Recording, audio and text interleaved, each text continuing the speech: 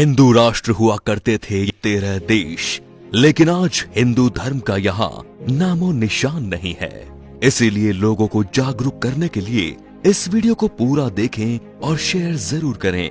Number 13, Afghanistan. Gandhara और कंबोध प्राचीन काल के राज्य थे जहाँ हिंदू राजा राज्य करते थे। उसके बाद यहाँ पारसी और बौद्ध धर्म के राजाओं ने शासन किया, लेकिन बाद में इन जमीनों को मिलाकर अफगानिस्तान बना। इस देश ने अपना राष्ट्र धर्म इस्लाम बना लिया और अफगानिस्तान में आज तक लोग कभी खुश नहीं रह पाए हैं।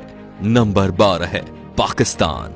साल 1947 में पहले भारत का ही हिस्सा था और सिंध के नाम से जाना जाता था, लेकिन बाद में ये अलग देश बना जिसमें पंजाब, मुल्तान, पेशावर, बलूचिस्तान आदि भाग मिले। पाकिस्तान ने अपने देश का धर्म इस्लाम रखा। आज भारत का सबसे बड़ा दुश्मन यही है और आतंक की फैक्ट्री चलाता है। नंबर 11 है बांग्लादेश। साल 1947 में भारत के विभाजन के बाद बंगाल से कटकर पूर्वी पाकिस्तान बना। 1949 में आवामी लीग की स्थापना हुई। इसका उद्देश्य पूर्वी पाकिस्तान को संयुक्ता दिलाना था। 1971 शेख मुजीब और अवामी लीग ने 26 मार्च को स्वतंत्रता की घोषणा कर दी और नए देश का नाम रखा बांग्लादेश। नंबर 10, नेपाल। आज नेपाल एक स्वतंत्र राष्ट्र है। कुछ साल पहले यहाँ हिंदू राष्ट्र हुआ करता था, लेकिन ये भी एक सेक्युलर राष्ट्र घोषित हो गया। प्राचीन भारतवर्ष में नेपाल भारत का ही अखंड भाग था, जिसे देवघर कहा जाता था। इसी देश में भगवान श्री राम की पत्नी सीता, जिनका जन्म स्थल मिथिला में स्थित है। नंबर 9, भूटान। प्राकृतिक सुंदरता से भरपूर भूटान भी कभी भारतीय महाजनपदों के अंतर्गत एक जनपद था और अखंड भारतवर्ष का हिस्सा था। भूटान संस्कृत के शब्द भूटान से बना शब्द है। नंबर 8, तिब्बत। तिब्बत को ट्राइविस्टम कहा जाता था, जहां ऋषिका और तुषाराम नामक राज्य थे। आज चीन द्वारा कब्जा किया हुआ ये देश भी भारतवर्ष का अभिन्न अंग था।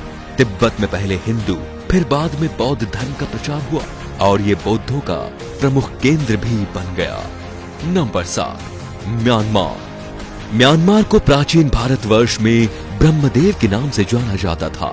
ये देश प्राचीन काल से ही भारत का ही उपनिवेशक रहा है। हालांकि मुस्लिम शासन काल में म्यांमार शेष भारत से कटा रहा और यहाँ पर स्वतंत्र राज्य सत्ताएं कायम हो गई। नंबर 6, श्रीलंका। श्रीलंका भारतीय उपमहाद्वीप के दक्षिण में हिंद महासागर में स्थित एक बड़ा महाद्वीप है।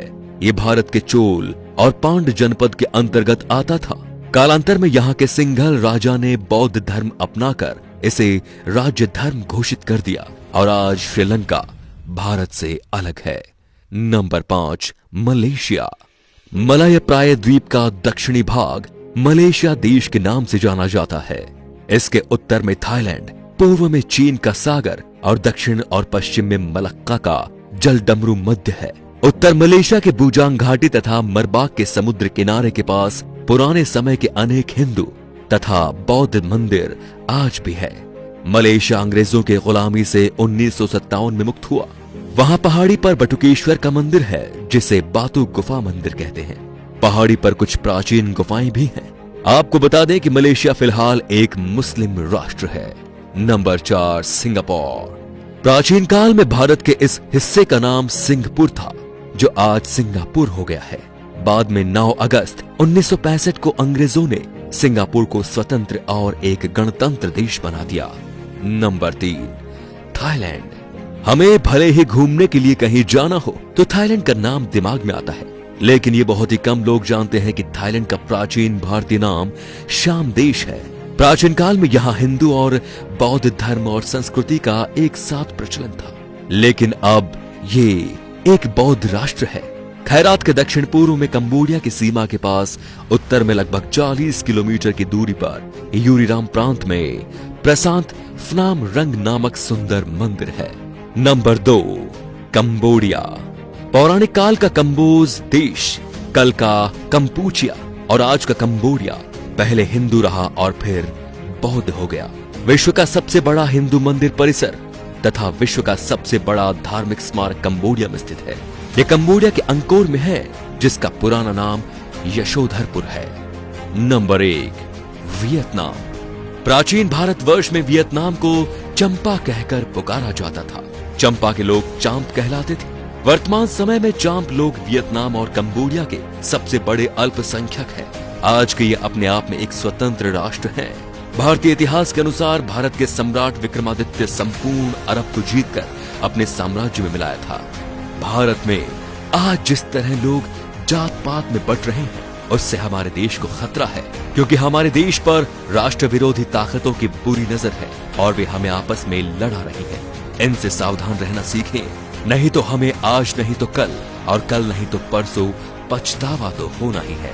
तो दोस्तों, इस वीडियो को आग की तरह फैला दीजिए ताकि पूरा हिंदुस्तान सावधान हो जाए। Thank you.